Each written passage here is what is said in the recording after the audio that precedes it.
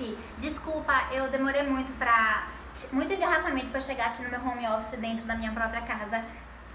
Eu vou apresentar para vocês quais são os video posters do último dia do Panorama de Pesquisa. Infelizmente é o último dia, mas tudo que é bom acaba. Pelo segundo seminário Mulher, Mito, Riso e Cena, Teatro, Máscara, Ritual, ok? Atenção para os video posters de hoje. Os dois primeiros que eu vou falar são pela linha Riso e Comicidade. Dessa linha são as pesquisas sobre as linhas que cruzam a palhaça Lola e o feminismo negro, de Daniele Jesus de Souza Lima. Daniele vem de Manaus e a pesquisa dela é pela Universidade do Estado do Amazonas. A outra, pela linha de Riso e Comicidade, a outra pesquisa se chama Colombina Coloca Máscara, uma perspectiva da comicidade da mulher. E é de Alexandre Vinícius Xavier Penha, que vem lá do sul de Maringá, pela Universidade Estadual de Maringá. Agora as pesquisas pela linha Resistência e Experiências. O retorno das plantas e o fruto proibido, de Agnes Cristine Mendes. Ela é de Salvador e a pesquisa dela é pela Universidade Federal da Bahia. Pandemia e capitalismo, de Stephanie Liz Polidoro. Ela é de Florianópolis e a pesquisa é pela Universidade do Estado de Santa Catarina. Agora a pesquisa que duas pessoas fizeram, elas se chamam Vera Solange Pires Gomes de Souza e Rosilene da Conceição Cordeiro Serrano. Uai, quanto nome! Essa pesquisa se chama Lavadeiras de Bastião, o ritual simbólico da despedida final pela performance Sem Vidas. Elas são de Belém. E essa pesquisa muito importante é da Universidade Federal da Bahia. Agora a pesquisa que 3 pessoas fizeram, tá? 3 pessoas. Essas pessoas são Marta Boker Torres, não sei como fala. Lara Boker, não sei como fala. Torres Silva e Douglas Rodrigues. Esse foi fácil. A pesquisa se chama Dia da Mentira, um estudo sobre a resistência de mulheres durante a ditadura militar no Brasil. Essa é a pesquisa daqui de Salvador e é pela Universidade Federal da Bahia. E por último, para fechar o panorama de pesquisa, temos Vanessa Benites Bordim, ou Bordan, não sei como fala, com a pesquisa Máscaras Ticuna, uma abordagem a partir do olhar de uma bufona. Vanessa é de Manaus e a pesquisa dela é pela Universidade do Estado de Amazonas. Gente, acabei a minha participação maravilhosa, tá? Sou Floricota Polanski, muito obrigada ao convite da Cia Bufa de Teatro, vocês são ótimas. E muito obrigada ao convite do segundo seminário Mulher, Mito, Riso e Cena. Um beijo e até a próxima!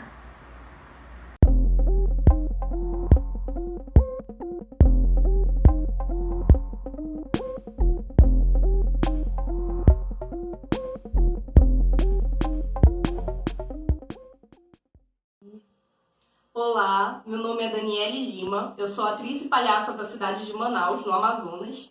Eu sou formada em bacharelado em teatro pela Universidade do Estado do Amazonas e sou mestranda em Sociedade e Cultura pela Universidade Federal do Amazonas.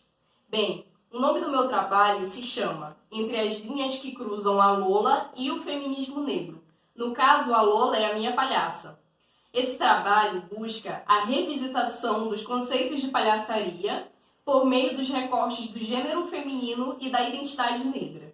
Esse trabalho não busca de forma alguma, como investigação, a ridicularização em nenhum aspecto da figura da mulher ou da mulher negra, e como caminho investigativo para a busca da comicidade. Pelo contrário, esse trabalho busca para a mulher negra as potencialidades de ser mulher e negra dentro desse contexto de executar o trabalho de palhaçaria feminina. Como metodologia, nós utilizamos 2.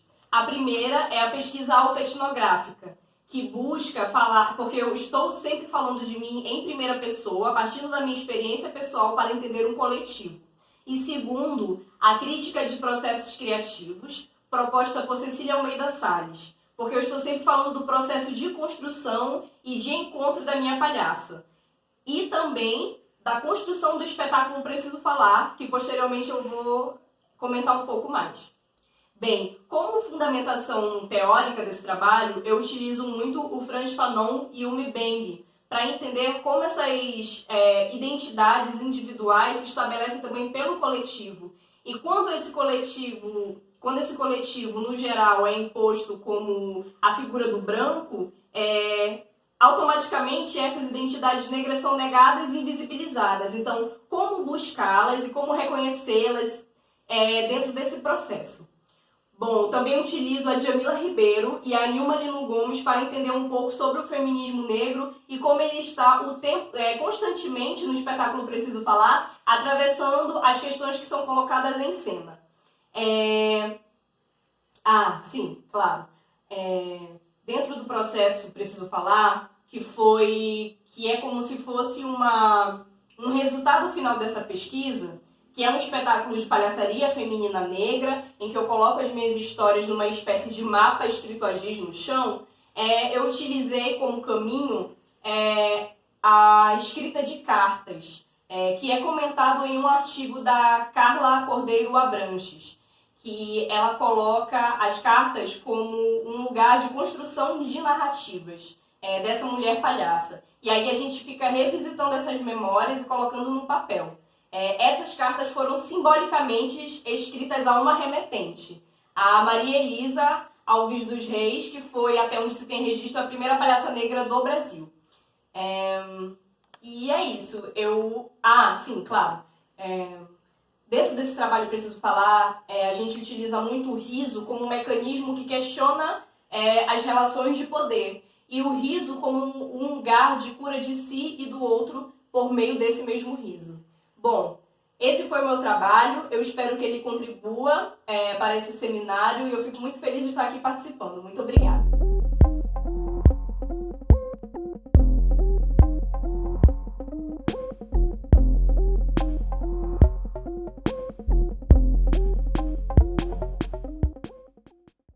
Olá, meu nome é Alexandre Penha, sou formado em História e Artes Cênicas pela Universidade Estadual de Maringá, sou mestrando em Letras pela mesma universidade, nos campos de estudo de Historicidade do Teatro e Literatura.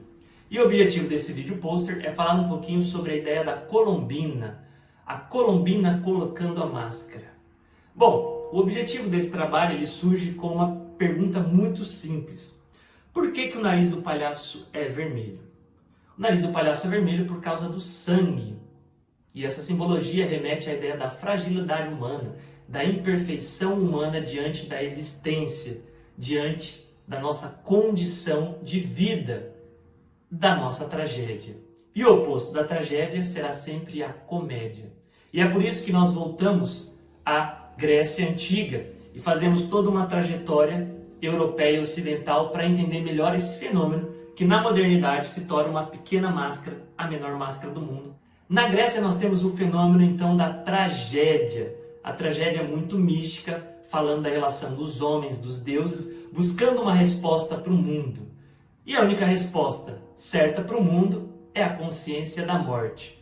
Bom, a oposição da tragédia será sempre a comédia.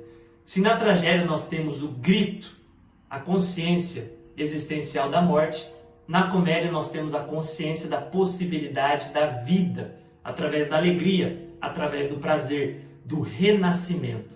E aí que vem uma questão que separam as mulheres durante muitos séculos da comicidade. Porque se a comédia é a produção da vida, era ligado a isso o papel dos homens, pois achavam que somente os homens tinham a semente, as mulheres elas geravam os filhos, mas a semente ou o poder de dar vida era dado aos homens. É por isso que na tradição grega haviam as festas dos falos, as faloforrias, e só os homens participavam com os falos à mostra, com os pequenos falos ou os grandes falos que eram seguidos em procissão pelas ruas, onde eles cantavam, dançavam e reverenciavam a vida. Nesse sentido também é possível entender a ideia da palavra feminina. A tradição grega, a tradição latina e depois a tradição cristã católica sempre imputou às mulheres um papel de ter menos fé. Por isso a palavra feminina, que em latim significa fé mínimos, ou seja, aquela que tem menos fé. O ato de colocar uma máscara dentro dessas culturas era um ato de receber um espírito, da possibilidade do exterior receber algo interior. Era uma questão mitológica, era uma questão divina. E se as mulheres que não geravam vida, ou seja, não participavam disso, elas não tinham a capacidade, obviamente, de usar uma máscara. É por isso que as mulheres, durante toda a existência até a Commedia dell'arte, dentro da cultura europeia ocidental, foram proibidas de pisarem nos palcos, sendo apenas para cantar ou para dançar. O ato de ator, de incorporar, era só dado aos homens. E é por isso que a Commedia dell'arte é tão importante para o entendimento, e é por isso que a gente fala de Colombina. A Colombina, de acordo com os nossos estudos, ela é a bisavó ou tataravó da figura da palhaça, da palhaçaria feminina. Ela é fundamental nesse estudo, nessa compreensão. Porque é o primeiro momento da história da humanidade que uma mulher pisa no palco e se assume como personagem. Não necessariamente usava máscara, porque ainda havia essa ruptura. Ela vai usar a máscara pela primeira vez com o nariz do palhaço. Ainda que existem relatos ilustrativos das mulheres usando máscara, isso era muito incomum.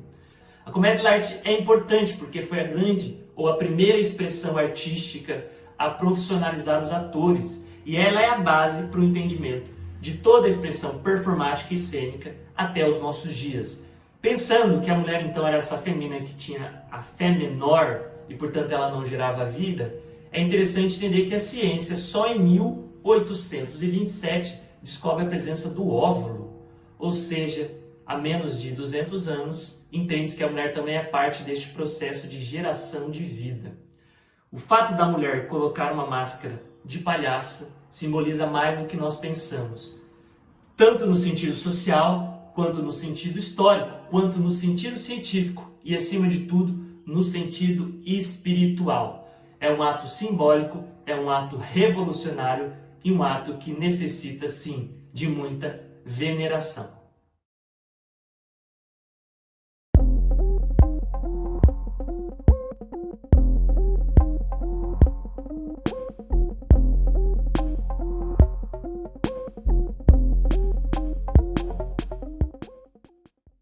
No princípio, era mãe. O verbo veio depois. Com essa frase de Marilyn French que iniciou a apresentação, também um ensaio que venho compartilhar com vocês hoje. Sou Agnes Cristine, estudante de psicologia da UFBA, e esse trabalho é resultado de uma proposta que se deu na disciplina Socioantropologia do Uso de Substâncias Psicoativas, ministrada por Roca Alencar e Edward McRae. Se chama O Retorno das Plantas e o Fruto Proibido, e teve a orientação de Eduardo Bonzato, professor da UFCB. Bom, apesar de nossas diferenças, todas e todos aqui presentes compartilhamos o mesmo destino. A palavra humano, em uma de suas possíveis origens, advém de humus, matéria orgânica depositada na terra. Já memento mori é a expressão que nos recorda de nossa finitude, que gera um certo incômodo, ou de não saber. Estamos diante de um mistério. Segundo Flores, a palavra mistério reúne um conjunto de significados, a partir de objetos, a simbolizar em aproximação ao insondável, indizível, inaudível, intocável. Assim, em tempos remotos, os mistérios eleusianos ensinavam aos seres humanos a viverem como tais, seres finitos. O mito, que funda o rito, se trata da descida de Core ao submundo, do rapto por Hades e da ingestão da romã, fruto que a liga ao mundo dos mortos e a torna Perséfone, rainha do submundo.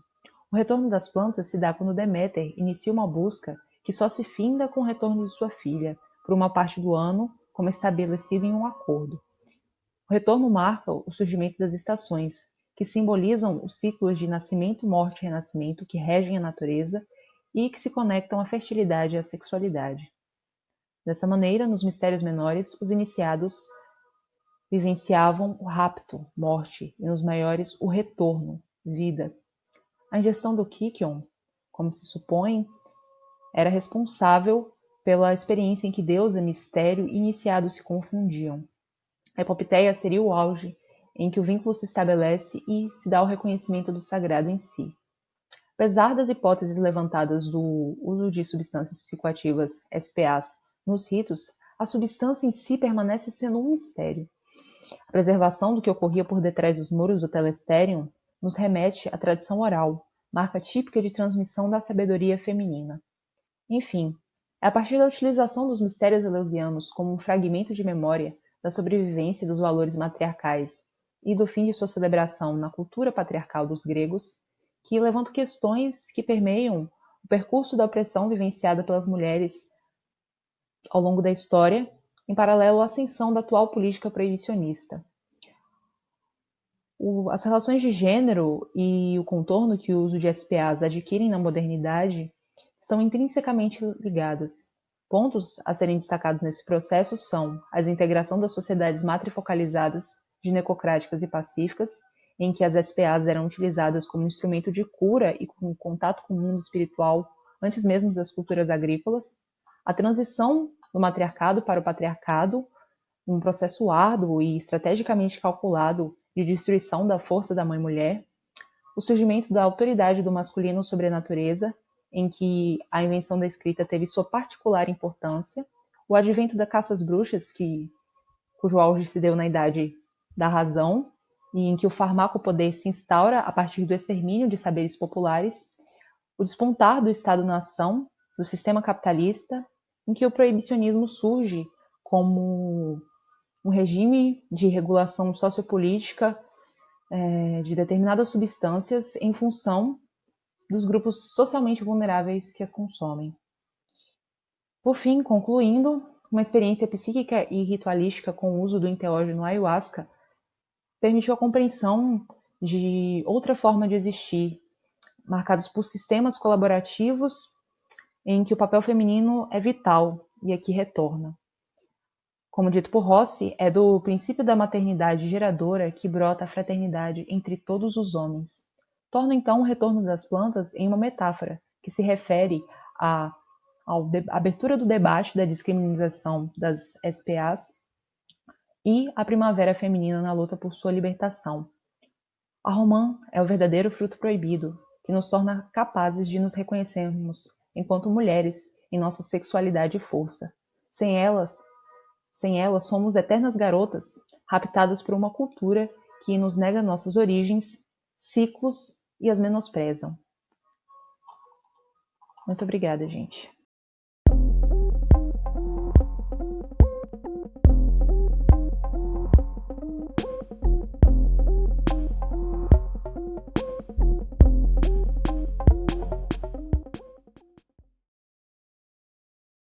Oi, meu nome é Ternurinha, para quem não me conhece.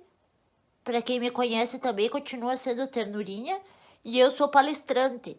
E eu faço umas palestras junto com uma amiga minha que chama Tefa, o nome dela. É o nome de uma pessoa, não é outra coisa. Uma vez perguntaram o que é um Tefa. É ela, é uma pessoa, né? E ela é de letramento, que nem vocês, doutoramento, de coisa de pensamento mesmo, tudo, né? E aí nós fizemos palestra de tudo que é coisa, pra sair por aí, dando palestra mesmo, né? De escola, igreja, sindicato, pra onde que tem gente nós temos lá, né? E aí, então, nós fizemos uma palestra agora que chama Pandemia e Capitalismo, ou Capitalismo e Pandemia, estamos decidindo ainda o nome. E aí tô sozinha aqui pra falar pra vocês hoje, que ela tá lá tomando banho de sol pra pegar a vitamina D, a desgraçada. Me largou aqui sozinha, mas vamos lá. Aí eu faço meus slides, esse meu olho aqui, ele não funciona pra nada, é puro pus. Daí eu me irrito um pouco com luz, essas coisas de computador que vocês usam, de botar os textos na parede, né? Eu não me acerto com isso aí. Daí eu faço meus slides de gambiarra mesmo, de coisa de material velho que eu pego e vou misturando tudo e formando coisa nova, né? Aí esses são meus slides, tá? Daí eu vou usar eles e vou começar a palestra agora, que já foi mais de 1 minuto e tem só 5 minutos, né? Tá, então aqui é o capitalismo. Falar de capitalismo. Isso aqui é meu slide de pandemia, porque a parte da palavra pan, ela quer dizer do grego, ela quer dizer todo. Então, quer dizer que tudo isso aqui é como se eram todas essas linhas, tudo bolado, assim, representam tudo, né? Pandemia quer dizer que atinge todo o povo. Então, por isso que a pandemia do coronavírus é uma pandemia, porque é um vírus que se espalha e atinge todo mundo, né? Aí eu quero falar o que tem a ver o capitalismo com a pandemia, né? A pandemia é uma coisa que nem diz a palavra, ela vai para todo mundo. Ela afeta todo mundo, pobre, rico, criança, velho, gay, gente hétera, todas essas coisas, né? Ela não olha para as pessoas, assim, ela olha pros corpos que nem que eles fossem só hospedeiro para eles, né? Onde eles vão, o vírus vai se garantir vivo e seguro, né? Aí tem o Milton Friedman, que ele é esses caras que pensam de dinheiro mesmo, lá dos Estados Unidos. E ele fala sobre, no livro Capitalismo e Liberdade, ele fala o que é neoliberal e o que é ser um liberal. Aí a nossa pergunta é, o que essa lógica neoliberal e liberal atrapalham na contenção da pandemia, né? Porque o Milton Friedman, ele fala que o papel do Estado, do coletivo, tem que ser ínfimo. Ou seja, não tem que interferir em nada na vida das pessoas. Porque o neoliberalismo e o liberalismo, que são as coisas que a gente se organiza para viver na sociedade de hoje ainda, ela preza muito pelo indivíduo, pela pessoa individualizada, né? E o coletivo é a coisa que vem pela segunda parte. Aí, ele diz que o Estado tem o papel de ser paternalista, ou seja, ele só entra para dizer quando que as iniciativas privadas não estão dando conta das coisas. Aí vem o Estado para socorrer, né? Capitalismo e Liberdade, o livro de 1962, vocês podem procurar. Aí aqui eu botei como se era o Estado, esse aqui pedindo socorro, né? As iniciativas privadas e o Estado dizendo, olha lá, vamos lá socorrer.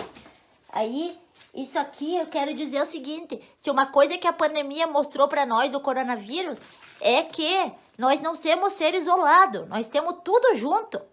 Nós temos tudo, o que explica um cara lá da China ser infectado de coronavírus e depois aqui no cu do mundo do Brasil, Florianópolis, eu ter que me cuidar para não me contaminar também. Né? Isso quer dizer que nós não somos ilha, que temos tudo junto, ó, um ligado no outro. E que se a gente pensar pela lógica neoliberalista de achar que cada indivíduo é uma partezinha isolada, nós nunca vamos vencer esse vírus. Porque o vírus, ele mostra pra gente isso, né? Que ele tem um senso de coletividade muito maior do que nós. É por isso que nós estamos apanhando para ele, né? É mais ou menos por aí que eu queria dizer hoje. Eu vou encerrar aqui porque já deu mais de 4 minutos, tá quase fechando nos 5. Muito obrigada que vocês me ouviram e pelo espaço de vocês me deixar falar, tá? Um abraço para vocês. Se cuida. Ai, filha das puta.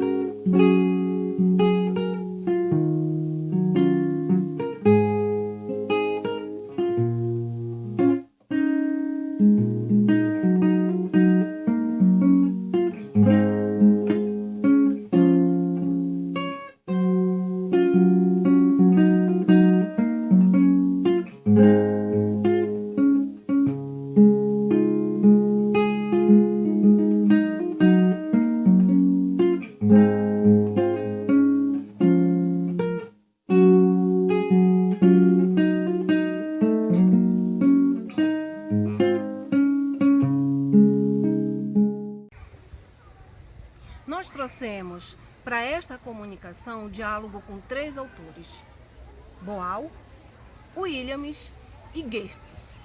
O que nós trazemos? Cultura, realidade vivida e estética do oprimido. O que nós queremos compreender nesse processo de construção desse estudo, nessa fase inicial de doutorado? É que a cultura é o eixo norteador da nossa realidade vivida. Como a arte traduz essa realidade? Que cultura é essa que está aprendida nesse processo da estética do oprimido e do opressor? Então, colocamos aqui 3 questões para refletirmos, porque nós não temos certezas. Qual é a cultura que você e que eu imprimimos na realidade? Que arte é essa que traduz ou não o nosso cotidiano?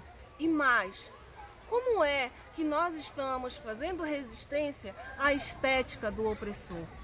Convido a vocês para refletir comigo e juntos verificarmos quais são as possibilidades de intervenção cultural.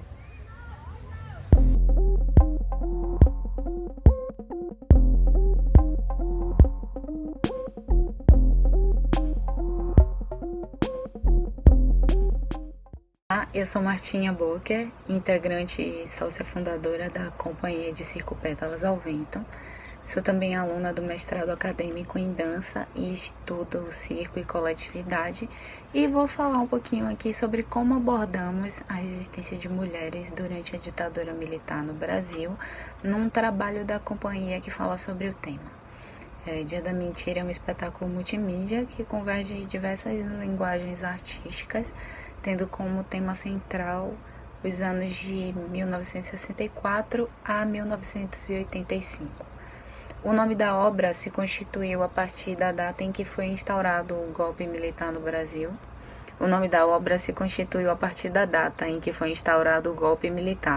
Coincidentemente, a data na qual é comemorado o Dia da Mentira, na madrugada de 1º de abril de 1964, o presidente João Goulart foi deposto por um golpe de Estado, porque anunciava colocar em prática reformas de base com o objetivo de reduzir a concentração de renda e de terras no país.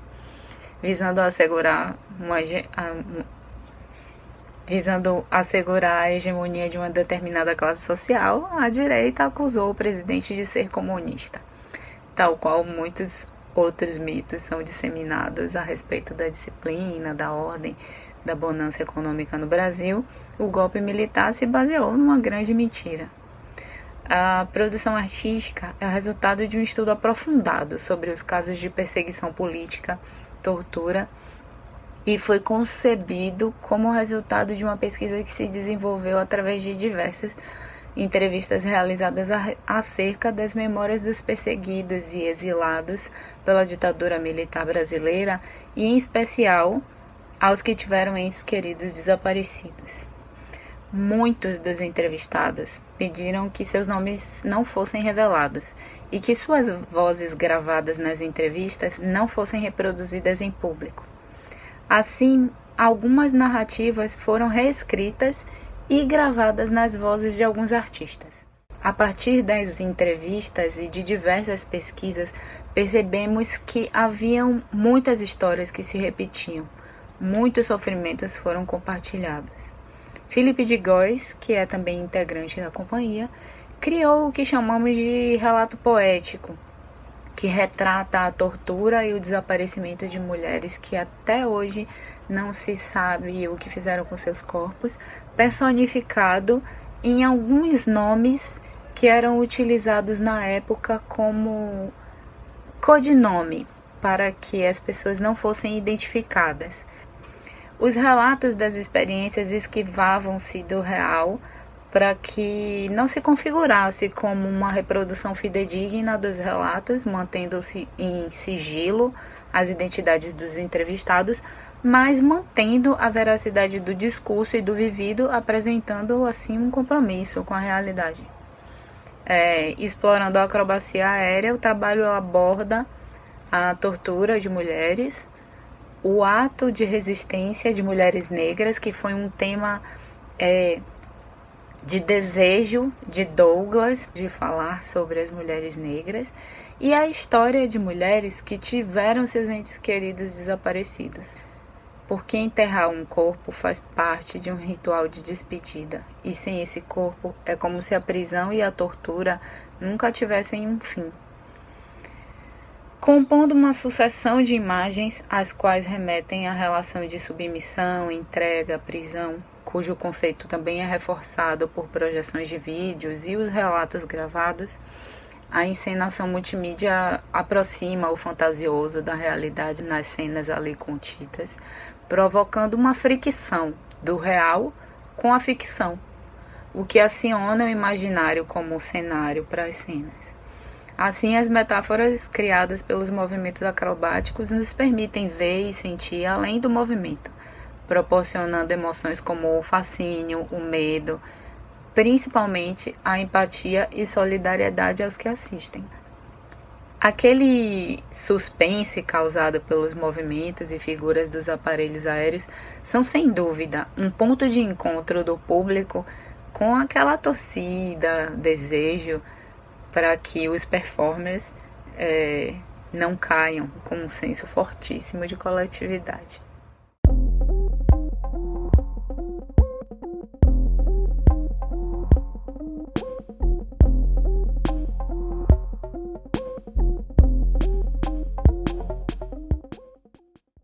Olá, boa tarde. Eu me chamo Vanessa, sou professora da Universidade do Estado do Amazonas, do curso de teatro, e eu vou apresentar aqui no seminário uma parte da minha pesquisa de doutorado na Escola de Comunicação e Artes da USP, doutorado em Artes Cênicas, que eu defendi agora em maio de 2020. Eu vou falar sobre a minha convivência, a minha experiência com os indígenas da etnia ticuna, que ficam localizados na tríplice fronteira entre Brasil, Colômbia e Peru. Mais especificamente aqui eu vou falar sobre as máscaras ticuna, que aparecem no principal ritual. Ticuna, que é da iniciação feminina, Vareku, a moça que menstrua pela primeira vez. Em português eles chamam de a festa da moça nova. Então, quando a moça ticuna tem sua menarca, ela é guardada, reclusa durante 3 meses, enquanto isso o dono da festa, que é o seu pai ou o patriarca da família, vai caçar, vai pescar, vai produzir pajauaru, que é a bebida fermentada de mandioca oferecida na festa. Então, durante esse tempo, a moça fica reclusa, não pode ver ninguém, não pode sair de casa, e a festa vai sendo preparada. A festa dura 3 dias, começa geralmente na sexta à noite e vai até domingo de tardinha. E os mascarados, eles aparecem nessa festa, nesse ritual, no domingo pela manhã, e eles representam o masculino. Esse ritual é feminino, representa a fertilidade da mulher, a fertilidade da terra. É uma das maneiras dos ticuna manterem boas relações com o cosmos. Eles me disseram que essa festa serve para segurar a terra, manter a subsistência do povo. E os mascarados, em um primeiro momento, eu relacionei ao mundo dos bufões, porque eles são grotescos, eles têm pênis gigantes à mostra, bocas escancaradas, orelhas gigantes. Eles chegam para assustar a moça que está no curral, reclusa também durante a festa, ela fica presa num curral. E eles chegam para bagunçar, para assustar os convidados, mas acabam arrancando gargalhadas de todas as pessoas. Claro que eu não fiz essa comparação no sentido de comparar, mas porque existe uma tradição a partir dos estudos antropológicos que mostram essas figuras cômicas ligadas a rituais primitivos dentro de uma perspectiva antropológica. Mas aos poucos a gente vai descobrindo que apesar das semelhanças, também existem diferenças que têm a ver com a questão cosmológica do povo. Mas para o trabalho do ator, eu acho que traz muitas perspectivas, traz muita coisa que a gente pode pensar a partir de estar em contato, de ver esses mascarados. A gente pode pensar o trabalho do ator com a máscara. E como a minha linha de pesquisa é a formação do artista teatral, isso me ajudou em muitas questões. E eu vou falar um pouquinho sobre isso.